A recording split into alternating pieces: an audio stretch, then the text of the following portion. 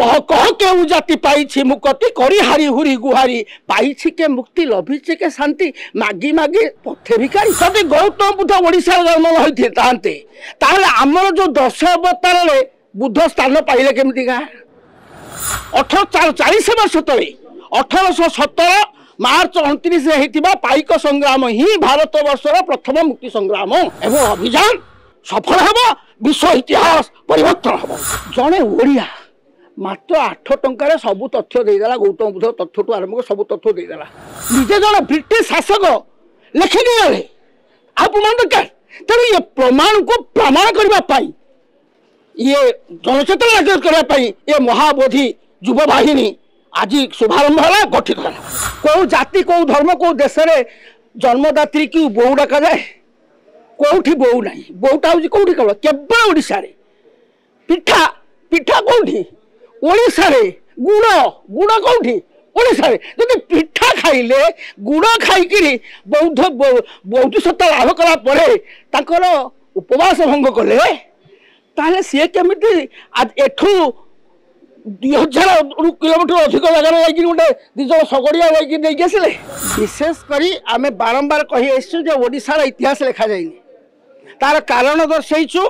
जिते विजेता पराजित इतिहास लिखे से निजक महिमा मंडित करे पराजित को मसलिप्त करे यह ही प्रतिफलित होती ओडिशा इतिहास रचना क्षेत्र में गौतम बुद्ध 2568 वर्ष तले यही माटी कपिलेश्वर ग्राम लुम्बिनी बगीचार जन्म एवं गोटे भौगोलिक कारण कहुपे गौतम बुद्धंकर बौद्धत्व प्राप्ति पर प्रथम किए पिठा और गुड़ देते ना 2 जन ओडिया से किए ना भल्लुक एवं तपस्सु कौ थे जाइए शगड़ जाइए कौन सी प्रकार परिस्थिति से 2568 वर्ष तले जो भौगोलिक स्थिति गमनागमन स्थिति 2 जन ओडिया ओडिशा नहीं लुम्बिनी से लुम्बिनी की बरं से उरुबाड़ा जंगल अन्य किसी नुह ये अड़सपुर अच्छी अड़सपुर पाखे गोटे उड़ाण जंगल अच्छी से उड़ाण उरुबाड़ा अपभ्रंश होती उड़ाड़ होती बहु प्रामाणिक तथ्य आमर मिललानी आमे गवेषक अजित कुमार त्रिपाठी पूर्वतन मुख्य शासन सचिव अन्यतम गवेषक ऐतिहासिक प्रफुल्ल चंद्र त्रिपाठी से अनेक प्रामाणिक तथ्य भी संग्रह कले जे गौतम बुद्ध 2568 वर्ष तले कपिलेश्वर ग्राम जन्म ग्रहण करते द्वितीय कथा है जदि गौतम बुद्ध ओडिशा जन्म होते ताहले आमर जो 10 अवतार रे बुद्ध स्थान पाइले केमिति का गौतम बुद्ध आम 10 अवतार भितर स्थान केमिति हेले तेणु आम जाति इतिहास को जो विकलन कराइथिला सेइति गौतम बुद्धंकर जेभली भाव 1980 मसीह आम गोटे अभियान आरंभ कले जे 1857 मसीहा मार्च मास 29 तारिख में होइथिबा सिपाही विद्रोह भारत वर्ष प्रथम मुक्ति आंदोलन नुहे 40 वर्ष तले 1817 मार्च 29 होइथिबा पाइक संग्राम ही भारत वर्षर प्रथम मुक्ति संग्राम आमको 1980 मसीह 2018 मसीहा पर्यंत संघर्ष करिया पड़ा प्रधानमंत्री मानिले एवं पाइक संग्राम दायद मान को संवर्धित कले स्वीकार कले आज पाठ्य पुस्तक में परिवर्तन है आख्या रखी आम आज गोटे पवित्र बुद्ध जयंती आज गोटे महाबोधि युव बाहिनी से अभियान करिवो से अभियान रे आमे प्रामाणिक तथ्य सह प्रमाण करूँ एवं भारत सरकार मानिया बाध्य हे इतिहास परिवर्तन करने बाध्य हम गौतम बुद्ध जड़े ओडिया थिले एवं शून्य तत्व से उद्भावक थिले आज जहाँ समग्र विश्व को जाइए निकट में मु दक्षिण कोरियार भूषण शहर को जाइए समुद्र भितर गौतम बुद्धंकर विशाल प्रतिमूर्ति से समस्त जो तथ्य आम देखिलु कोरिया भाषा ताकू आम जो आजिकल आम जो अढ़ी करूँ ओडिया भाषा आम आज विश्व अनुवाद तालिकार शीर्ष अच्छी आम गुगुल अनुवाद पकईलु ता आम जहाँ कहूँ ता अनेक अंश मिल जाऊँगी भूषण जो तथ्य भंडार सेठा तथ्य तेणु ये बर्तमान आहरी गवेषणा सापेक्ष निजे डॉक्टर त्रिपाठी द्वय से गवेषणा कर तथ्य देइछन्ति सेही तथ्य पाई आज आमर अभियान हम व्यक्तिगत भाव में आज आम जाऊँ बाहर को देश बाहर को ए तथ्य संग्रह करने आज ही आरंभ है जे आमर ये महाबोधि युववाहिनी वरुण राज भली जो माने युवक बसन जो माने ओडिया भाषा पाई साहित्य पाई सीमा पाई ओडिशा स्वाभिमान पाई ओडिया अस्मिता पाई निज जीवन को उत्सर्ग करने पाई सदा तत्पर सदा प्रस्तुत से मान को नहीं एक विराट अभियान हम एवं अभियान सफल हम विश्व इतिहास परिवर्तन हम दाबी करछन्ती ओडिसा रे वर्तमान के स्थान अछि कपिलेश्वर गाँ आज कपिलेश्वर गाँ भुवनेश्वर आम 8 टंकार आमर जड़े ओडिया 8 टंकार सबू तथ्य बिकी निजे 1803 रे जो वर्ष आम पराधीन हेले आमर ये अच्छा तापंकर जयभेला दायक प्राध्यापक रमेश पथा सिंह जड़े ओडिया मात्र 8 टंकार सबू तथ्य देदेला गौतम बुद्ध तथ्य ठू आरंभ सब तथ्य देदेला ताजे प्रमाणित है 1803 प्रथम जिलापाल जी रत्नभंडार तालिका दे दी आमको ना हूँ चार्ल्स गोम्स जे हूँ प्रथम जिलापाल पुरी सी लेखिदे आ कौन निजे जन ब्रिटिश शासक लेखिदी गले